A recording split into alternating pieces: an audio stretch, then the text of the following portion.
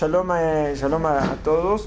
Bueno, continuando con el ciclo nuestro de la historia judía para llegar a la historia de Israel moderna. Hoy habíamos hablado un poco la vez pasada de los comienzos, ¿se acuerdan? De las comunidades Ashkenaziot y Sefaradiot. Entonces habíamos dicho, las comunidades Ashkenaziot empiezan aproximadamente el siglo X al siglo XIII, cuando en el comienzo de esas comunidades tienen un comienzo muy difícil. ¿Por qué un comienzo muy difícil? A fines del siglo XI es la primera cruzada. La primera cruzada era los cristianos salían de Europa para liberar Tierra Santa de los infieles, que ellos los consideraban que los musulmanes eran los infieles que dominaban la Tierra Santa, pero en el camino que hacían destruían o arrasaban las comunidades judías que se encontraban, y eso fue algo muy difícil, que tuvieron que enfrentarse a esas comunidades. Y hay algo que es muy interesante y que tiene que ver después con nuestro tema, con el tema de Israel, y que es el judío, tal vez uno de los más importantes, tal vez diría, o el más importante, el judío ashkenazí más importante que hubo en la historia rabínica, o el más importante, o el segundo más importante, fue Rashi, ¿sí? Que Rashi vivía en la ciudad de Worms, una de esas ciudades en las cuales fueron destruidas, prácticamente no la ciudad, sino la comunidad judía, que fueron atacadas durante las cruzadas. ¿Por qué? Porque Rashi vive en esa época, la época de donde él venían desde todo lo que era de toda Europa a liberar Tierra Santa, y Rashi hace sus comentarios a la Torá y al Talmud, y el primer comentario de Rashi a la Torá es muy interesante, ¿no es cierto? Dentro de poco, dentro de una semana y media, vamos a empezar a leer la Torá de nuevo, el libro de Bereshit. Entonces, ¿no es cierto? ¿Qué expectativa? ¿Qué es lo que dice Rashi cuando empieza el comentario de la Torá? ¿Qué? No. No. ¿Y qué es lo que dice Rashi en el primer Rashi a la Torá?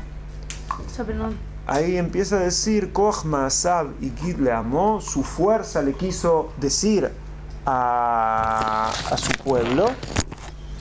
¿Y qué dice?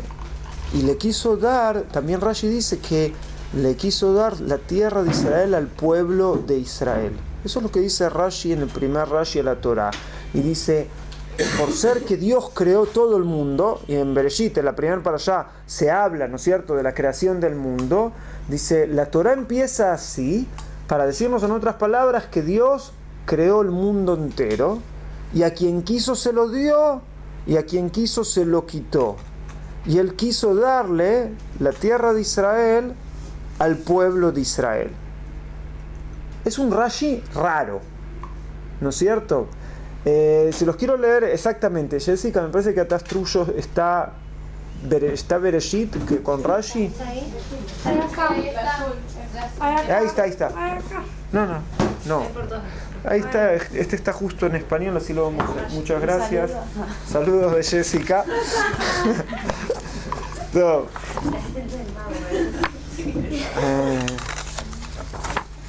Y dice así, exactamente, quiero leer las palabras exactas.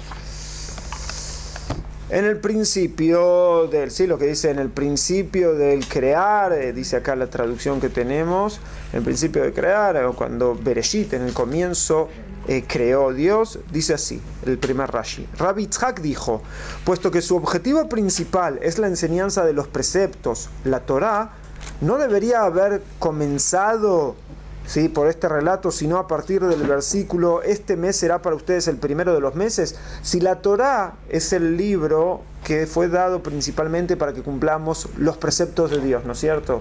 ¿Y cuál es el primer precepto para el pueblo de Israel? No, para el pueblo de Israel. Prurbu es el primer precepto que la Torá indica, pero es a toda la humanidad, también para los judíos. Pero el Prurbu fue dicho a todo ser humano, que tenía que tener descendencia, multiplicarse y desarrollar el mundo. Eso es el primer precepto para todo el mundo. Pero el primer precepto para el pueblo de Israel, y la Torá fue entregada al pueblo de Israel, es que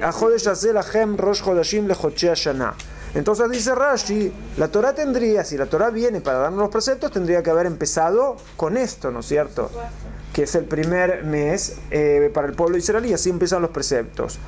Entonces dice, ¿por qué razón la Torá comenzó con su relato de Bereshit, la creación del mundo? Debido a la idea expresada en el versículo, él declaró a su pueblo el poder de sus obras para entregarles la heredad de los pueblos. ¿Qué significa esto? Lo que dice Teilim, dice así. Rashi empieza a explicar y entra en la política total de cuando él vivía, del siglo XI. Fíjense, dice, ¿cuál era la política? Las naciones dicen de quién es la tierra de Israel. ¿Quiénes estaban peleando en ese momento? Iba a haber prácticamente una guerra mundial entre el cristianismo y el islam por el dominio de Jerusalén, de Jerusalén. Entonces dice así, pues si las naciones del mundo dicen a Israel, ustedes son asaltantes, ladrones, porque han conquistado las tierras de los 7 pueblos de Canaán, entonces el pueblo de Israel ahí puede contestar, les dice, toda la tierra es del santo bendito, bendito sea o bendito es. Él la creó y la entregó a quien le pareció recto a sus ojos. Por su voluntad la entregó a ellos, o sea, a los otros pueblos, y por su voluntad la tomó de ellos y la entregó a nosotros. Rashi se está riendo de las potencias mundiales. ¿Qué está diciendo Rashi en otras palabras? Los musulmanes pueden pelearse por los cristianos, por la tierra de Israel. Pero Dios ¿a qué pueblo le quiso entregar esta tierra? Al pueblo de Israel. Por eso la Torá empieza con la creación del mundo, para que todo el mundo que sepa que este Dios que creó este mundo también quiso dar esta tierra a nosotros. Fíjense qué importante era para Rashi el tema de la tierra de Israel, que era lo más ilógico posible de pensar que alguien en el siglo XI quiera empezar con su filosofía judía, porque el primer Rashi de la Torá es, así comienza su filosofía, su interpretación judaica, ¿no es cierto? ¿Cuál es tu visión del mundo? Mi visión del mundo es que incluso que ahora parecería algo imposible, que parecería algo inaccesible para los judíos pensar que la tierra de Israel es de ellos, porque el judío en ese momento no era nada políticamente, no tenía fuerza en lo más mínimo, y pensar que la tierra de Israel es nuestra, cuando los musulmanes y los cristianos matan miles o miles de personas unos a otros por el dominio de esa tierra, y nosotros los judíos, no. Rashi dice sí, esa es la voluntad de Dios. Hay una canción que a veces se canta y tal vez la escucharon, que es que dice Ama Netzach lo mefajed miderech aruka. El pueblo eterno, bueno, Ama Netzach lo mefajed miderech aruka. Después les bailo, Jessica, entonces, Ama Netzach lo mefajed miderech aruka, es el pueblo eterno, no teme de un camino largo. Es un camino largo, ¿no es cierto? Pero es increíble que esto ocurra en el siglo XI, que se va a imaginar Rashi que 900 años después muy bien. Es que vamos a estar aquí, se va a cumplir todo y vamos a conquistar. Exactamente, ¿quién iba a imaginarse que 900 años después de Rashi, lo que Rashi dice que esta tierra va a ser nuestra, es nuestra, y tiene que ir el primer ministro de Israel a la ONU a declarar delante de todo el mundo, como lo hizo antes de ayer, sí, que esta tierra y este es nuestro lugar? Es un sueño. ¿Entiende? O sea, y que otros quieran decir este lugar es nuestro, pero bueno, ese es el primer Rashi de la Torah, y eso pasa en la Edad Media, o sea, ahí en Ashkenaz. O sea, no perdimos nuestro sueño. Nuestro sueño, o sea, no lo perdimos. Es la palabra Hashem, o sea. Exactamente. Se va a cumplir sí o sí. Sí, claro, lo que pasa es que hay gente que cuando está en situaciones muy difíciles, por más que sea la palabra de Hashem, a veces pierden la paciencia, pierden la emuná, gente que le pasan cosas a veces muy feas o muy malas, pero hay que entender que la palabra de Hashem y lo que dice la Torá, toda la idea es que a veces es algo a muy largo plazo. Y más que todo, a nivel de pueblo está dicho todo esto, y no siempre es a nivel personal. todo el éxito que se va a tener y todas las bendiciones. Si bien la Torah sí nos dice que vamos a tener bendiciones, pero hay veces, lamentablemente, que en este mundo no todo el mundo recibe la recompensa de lo que hace en este mundo. Y uno de los sabios del Talmud incluso dice, no hay recompensa en este mundo. Dice, o sea, toda la recompensa es en el mundo venidero. Hay otros que dicen, no, siempre vas a ver. Está bien, es una discusión de filosofía judía. ¿Dónde está, cuándo se ve la recompensa? Hay gente que puede decir, yo veo la mano de Hashem y veo la recompensa y el castigo inmediatamente, y hay gente que te dice, yo no veo nada. ¿Está Sí, bien? hay recompensa porque toda buena obra que se haga y todo esfuerzo no viene irremunerado. O sea, Bueno, siempre- primero No, la que... discusión es no, cuándo viene la remuneración. primero que hay Viene algo que es actual, claro. pero ¿cuándo? Dios quiso darnos la libertad de elección. ¿Está bien? Si Dios quiso darnos la libertad de elección, tiene que haber algo que no esté claro. Claro, Porque si todo está claro, para que estamos estudiando. si todo está claro, ¿cómo vas a elegir lo turbio? ¿Entienden? Exacto. No hay posibilidad de elegirlo. Si es claro que la mayoría de las personas normales, está claro, si van a cruzar acá la avenida de aquí abajo cuando están pasando todos los autos, es claro que si vas a cruzar cuando están pasando todos los autos, te van a atropellar y te va a pasar algo malo. Entonces la mayoría de la gente, como eso es algo tan claro, no lo hacen. Ahora, si queremos libertad de elección, tienen que haber cosas que no sean tan claras, como que esto es totalmente bien y esto es totalmente mal. ¿Entienden? Entonces por eso también la recompensa y castigo no pueden ser inmediatos de ninguna manera, porque eso haría que no habría más libertad de elección. Igual uno hace una mitzvah, inmediatamente hay una sensación de gratificación, de trascendencia, hay una sensación. Para la mayoría de la gente, tenemos que tener cuidado. Hay gente que, yo te quiero abrir la cabeza un poco, hay gente que creció en el mundo religioso, hacían mitzvot, no sintieron nada y se fueron a otra cosa. ¿Está bien? Yo pienso como vos, Jessica. Yo hago las Depende mitzvot de la mitzvah y también. yo hago las mitzvot y me siento muy feliz de que hice las mitzvot. Pero hay que saber Hay gente que hay gente que no. Y por eso... ¿Qué? ampliar la visión. Hay que abrir la visión, no por cómo nos sentimos nosotros, todos se sienten de esa manera. ¿Está bien? No como nos sentimos los que generalmente estudiamos Torah. Quiere decir que todo el mundo que estudia Torah se siente así, porque es una realidad. Y no que hubo solamente gente esto. que estudió, hacía mitzvot, no sentían nada y Sentir la- cerraron el libro y se fueron a otras cosas. Exacto. Sí, No solamente esto, porque un segundo. hay mitzvot Yoji, como- Yoji. Sí. Ya dime. No solamente eso, tipo, hay mitzvot como Limud Torah o Ve'ahavta l'Recha Kamoja o Gesed, cosas así que cuando haces se siente satisfecho. Pero cuando pones tu zapato por la mañana y pones lo derecho, después No, lo pero izquierdo. eso es una naga, eso no es una mitzvah, no es una de las 613 Ok, mitzvot. entonces mismo si hay mitzvot que tipo, no todo el día te sientes, tipo, no comes carne con leche un día, tipo, estás en una mitzvah, pero no estoy segura que sentiste alguna cosa. Mejor. Tipo, porque hay mitzvot que conseguimos sentir el tam, pero hay mitzvot que no. Exacto. Que cada uno Sí. tiene tu Es facilidad distintas para cada cosas. mitzvah. Todo, volvemos un poco al tema. Entonces, aprendimos el primer Rashi de la Torah y que nos marca un poco de tal vez lo que pasaba a esos primeros judíos que vivían ahí en Ashkenaz. Y vemos que también el judío tenía que vivir con un temor muy grande, ¿entienden? Porque cruzadas hubo varias, ¿entienden? Varias veces hubo cruzadas. Entonces el comienzo de la comunidad judía ashkenazí es bajo la sombra de las cruzadas. Y o sea, de una persecución muy grande por el tema de no ser exactamente como la mayoría de la población que había en Europa en ese momento, de no ser cristianos.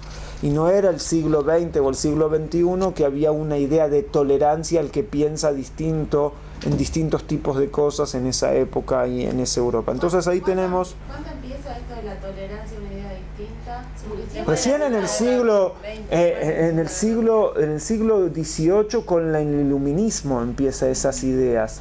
No antes, pero hubo lugares que todavía no llegó.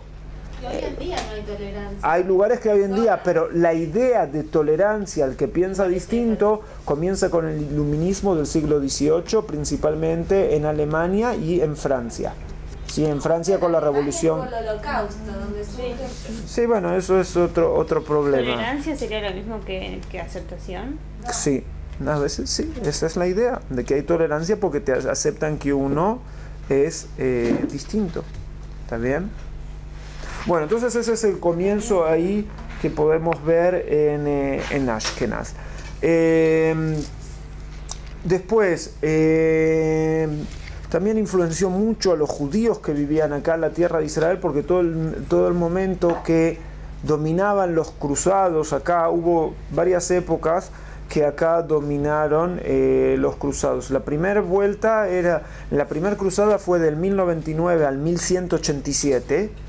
Toda esa época a los judíos se les prohibió vivir en Jerusalén, por ejemplo. No podían vivir en Jerusalén en esa época. ¿Qué? ¿Qué año?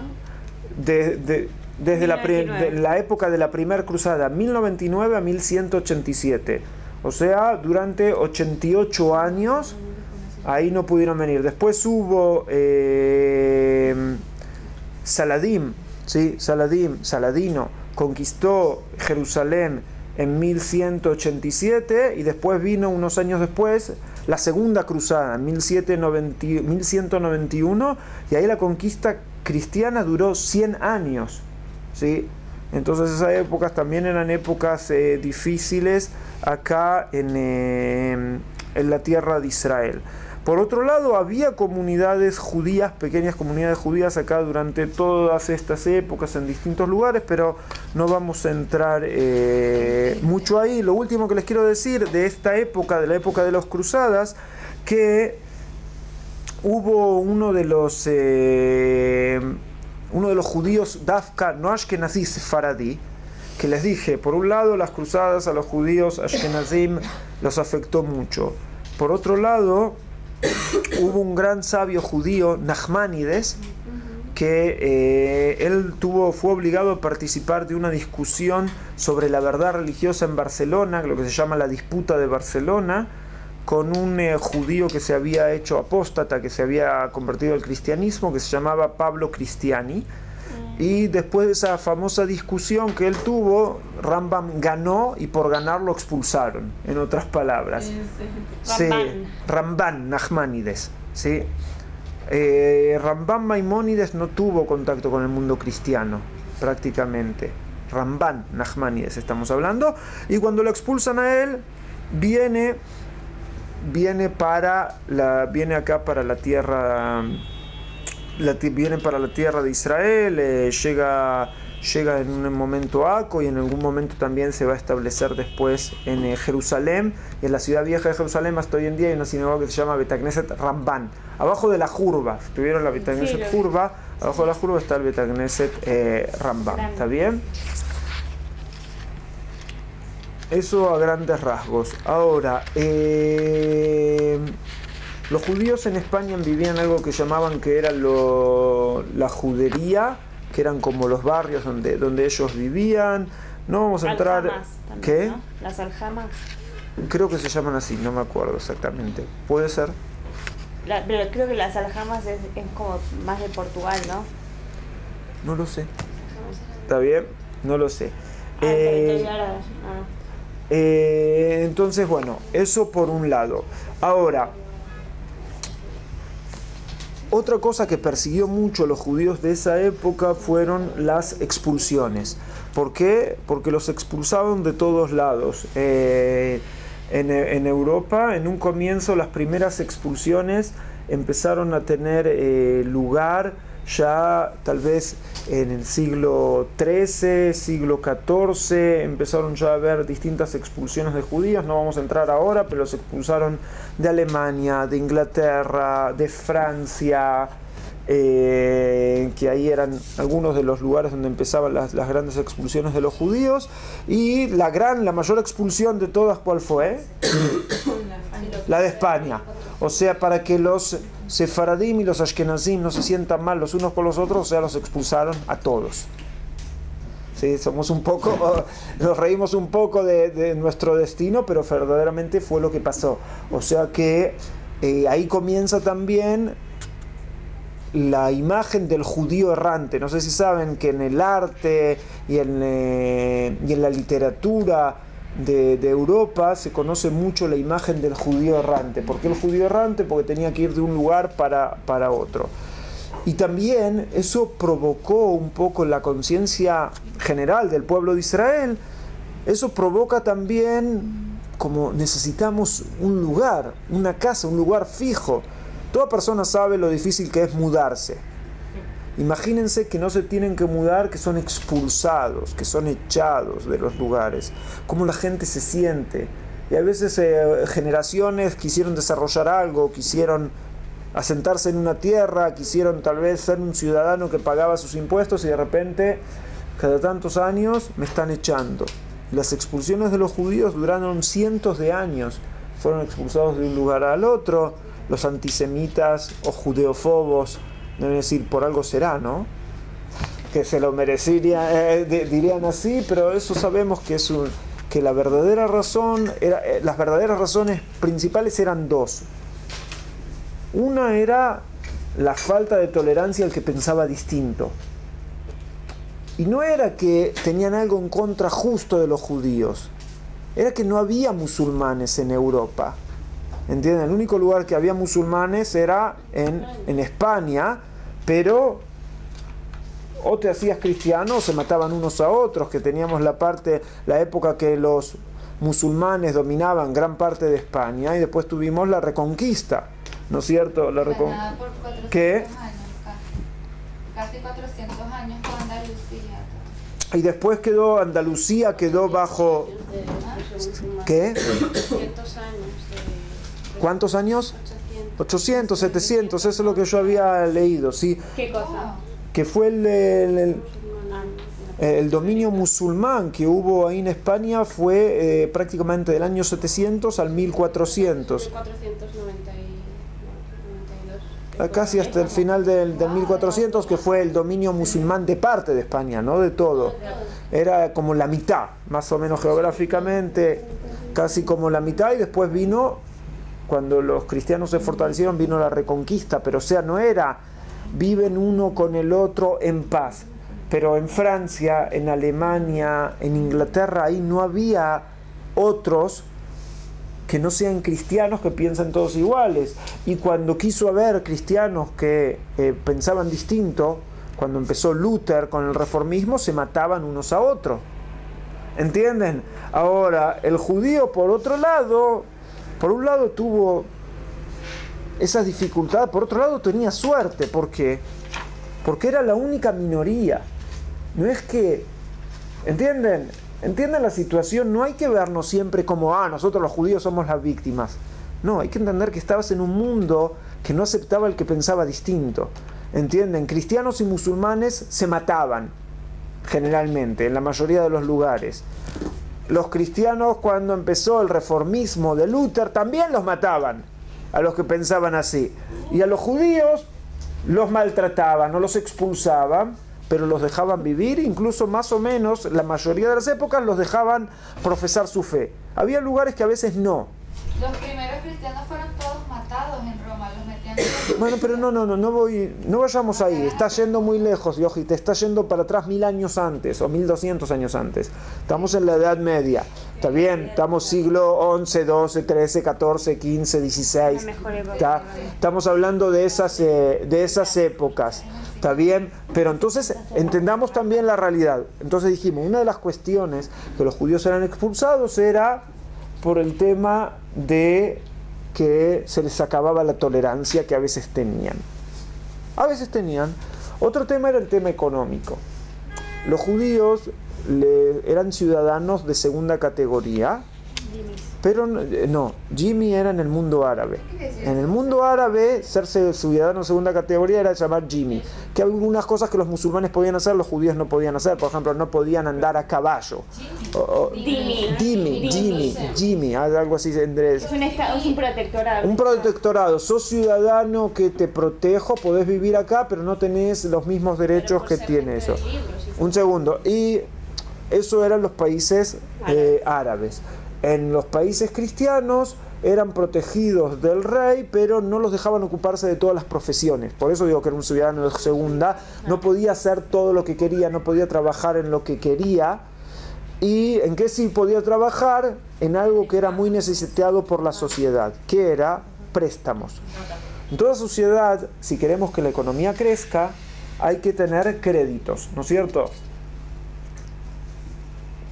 Yo quiero comprar una casa, no tengo todo el dinero en efectivo, le pido un crédito, quien me da el crédito va a ganar algo, por eso está interesado en darme el dinero, y yo puedo hacer un proyecto, puedo hacer un negocio, puedo hacer una fábrica, porque yo pienso que me va a dar rédito a largo tiempo, y así se activa la economía.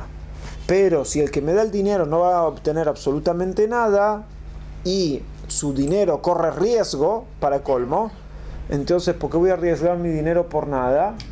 ¿Sí? Como se decía en la Argentina, lo guardo abajo del colchón.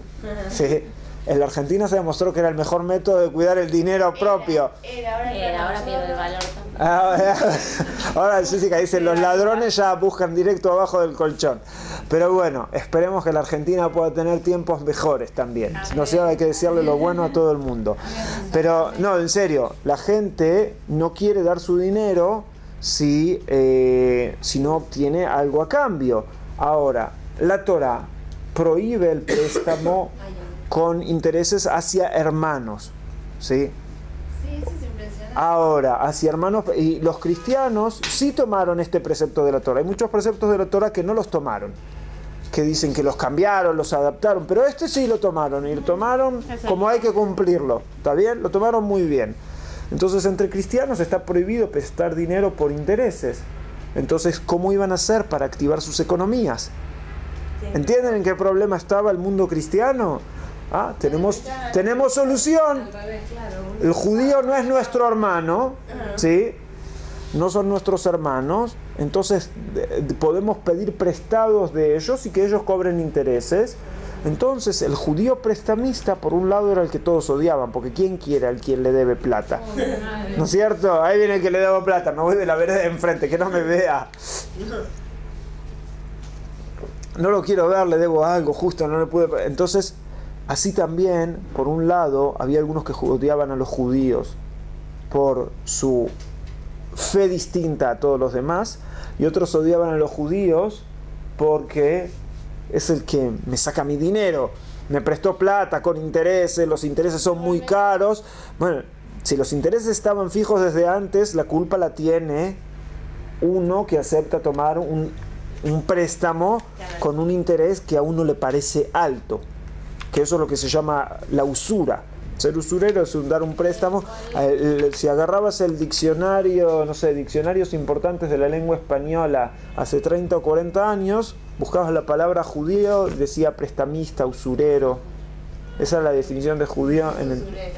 Usurero, Usura. que presta dinero a un interés muy grande y como que se aprovecha de la Y el gente. famoso dicho, el judío usurero, sí, Ahí está, exacto. como la frase judío errante, es muy como... Nahón, que también eso sale de ahí, que era una de las pocas profesiones que podían hacer, entonces eso también creaba odio. Entonces dije, a veces los expulsaban porque no los toleraban más, o venía una ola venía una ola muy fuerte de fe cristiana que no soportaban otra cosa, los expulsaban. O a veces venía una cuestión que le debían demasiado dinero a los judíos, incluso a veces los reyes mismos eran los mayores los mayores deudores de los judíos, los reyes mismos. ¿Cuál es la solución? Echarlos. Los echamos, no les debemos más nada. O todo su dinero está no son más protegidos por el rey, todos sus valores son confiscados para el rey. Sí que existía eso en el mundo antiguo, también hoy existe en algunos lugares que te confiscan tus propiedades, ¿no es cierto, Yoji? Sí. ¿Confiscan algo en Venezuela? No, a veces... Tiene más de 2 departamentos. Que te lo embargan. Sí, el gobierno, es algo viejo, que el gobierno se expropiaban cosas de la gente y lo siguen haciendo. Hoy en día algunos países dan algún tipo, cuando expropian algo, también en Venezuela sé que eso existe, en algunos lugares, te dan como algún tipo de pago. Puede ser que el pago que te dan es mucho menor a lo que vale verdaderamente lo que te expropiaron, pero sigue existiendo y es un... Y te pagan cuando se les ocurre. Con la moneda que yo sea. Bueno, Con el dólar de pero verdad, igual no vale nada. no vamos a seguir con esos temas, los problemas de todos los países que conocemos, pero ¿entienden? O sea, esa era la realidad tanto de los judíos ashkenazim como sefaradim. Entonces, ¿cuál era la diferencia? Si a todos les pasaba lo mismo, ¿no es cierto? Estoy diciendo, a estos los expulsaban, a estos los expulsaban, a estos los perseguían, a estos los perseguían. Estos tenían que prestar plata, a estos prestaban plata. Entonces, ¿cuál es la diferencia? La diferencia era solamente un poco la tradición de cómo determinar la halajá. ¿Entienden? Esa es la única diferencia entre Ashkenazim y Sefaradim. ¿Por qué? Porque se hicieron grandes centros de Torah a partir del siglo XI en Europa. Antes el gran centro de Torah había uno solo, que se los expliqué, que era ¿en dónde? En Babilonia. Y todas las grandes preguntas de judaísmo, prácticamente después de que se sella la Mishnah en el siglo III, principios del siglo III, casi 700 años las grandes personalidades rabínicas estaban en Babilonia, y si había una duda de cómo eran las tradiciones, la pregunta iba ahí y de ahí se decía la tradición judía. No quiero decir que no había judíos en otros lados, pero los grandes rabinos y la gran mayoría de las tradiciones se determinaban en Babilonia. Cuando se empiezan a hacer los grandes centros de Torah, tanto en España como en Ashkenaz, y dijimos que entre España y Francia hay toda una cadena montañosa que separa, ¿sí? Que separa las regiones y hace que también es muy difícil pasar de un lugar a otro, entonces se hacen como centros de Torah separados, y como eran tan grandes sabios de la Torah, los alumnos de Rashi, los nietos de Rashi y otros tipos de judíos ashkenazim empiezan a tener su propia tradición y dicen, no hay que esperar de mandar una pregunta a España o a Babilonia para ver qué es lo que hay que hacer, entonces empiezan a haber tradiciones distintas, pero somos el mismo pueblo y que vamos a lo mismo, que es todo a cumplir la misma Torah. ¿Está bien? Entonces ahí nos queda más o menos claro, y con esto más o menos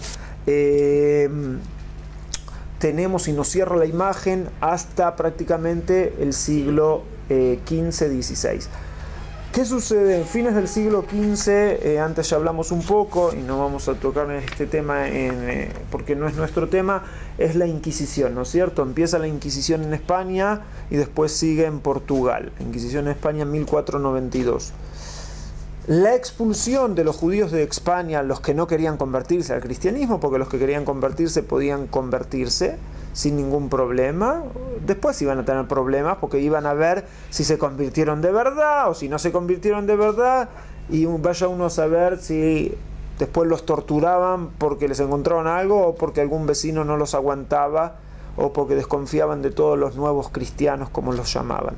Pero eso es otro tema. Los que se fueron tienen mucha influencia en la tierra de Israel, y que es nuestro tema. ¿Por qué? Porque la gran mayoría de los judíos que se fueron a lugares dominados por el imperio turco, por el imperio otomano.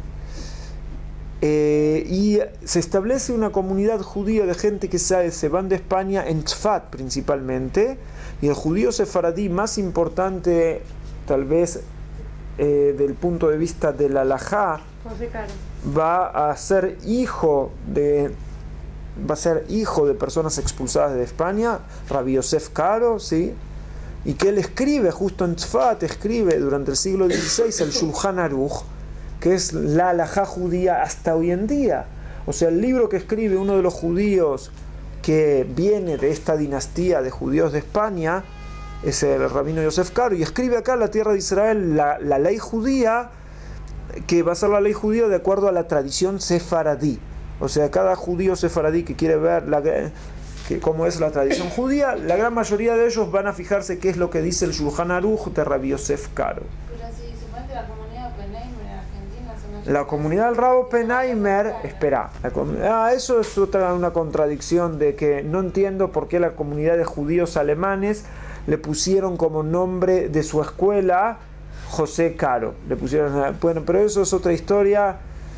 No la sé la respuesta de por qué los judíos alemanes ponen José Caro a su escuela. No es algo malo, es un gran rabino, Rabbi Yosef Caro, pero la tradición judía ashkenazí se refleja a través de Rabbi Moshe Isserlis, que escribe un pequeño comentario sobre el Shulchan Aruch cuando la tradición ashkenazí es distinta a la sefaradí. O sea, él quería escribir un libro de la halajá total, Rabbi Moshe Isserlis, pero cuando ve lo que hizo el Rabbi Yosef Caro, dice, no hace falta ya que yo publique o que edite o que saque un libro en el cual esté toda la tradición judía, porque eso ya fue escrito. Rabbi Yosef Caro solo escribe